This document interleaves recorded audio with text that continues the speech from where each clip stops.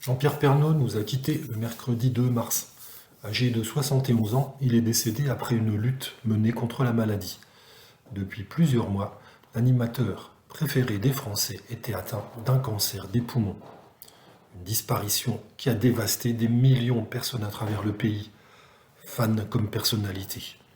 De très nombreux messages ont notamment fleuri sur la toile, tout comme des témoignages de proches ou d'anciens collègues sur les plateaux télé. Après avoir posté un fond noir sur Instagram, son épouse, Nathalie Marquet, s'était exprimée face aux caméras de TF1 pour livrer un témoignage bouleversant. À Gala, l'ancienne Miss France avait fait une révélation tout aussi touchante dans laquelle elle avait raconté la souffrance du présentateur, diagnostiqué en mai 2021 d'un cancer du poumon et elle qui ne voulait pas rendre l'information publique jusqu'à son opération en juillet. Pour vous dire la vérité, quand on nous a appris ce cancer, nous étions, Jean-Pierre et moi, complètement largués, complètement sous le choc.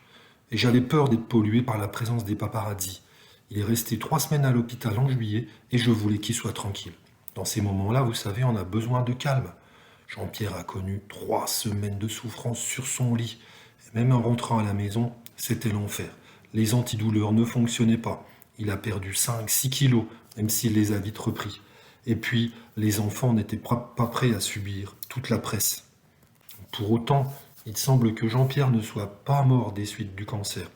En effet, c'est plutôt une suite d'AVC et une opération à cœur ouvert qui s'était bien passée, mais à la suite de laquelle il y avait une aggravation de l'état de santé de Jean-Pierre, ce qui avait conduit les médecins à le mettre dans le coma pour éviter de trop grandes souffrances.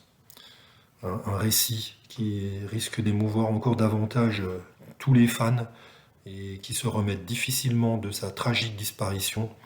On attend maintenant de savoir où les obsèques seront organisées pour pouvoir dire un dernier adieu au journaliste préféré des Français.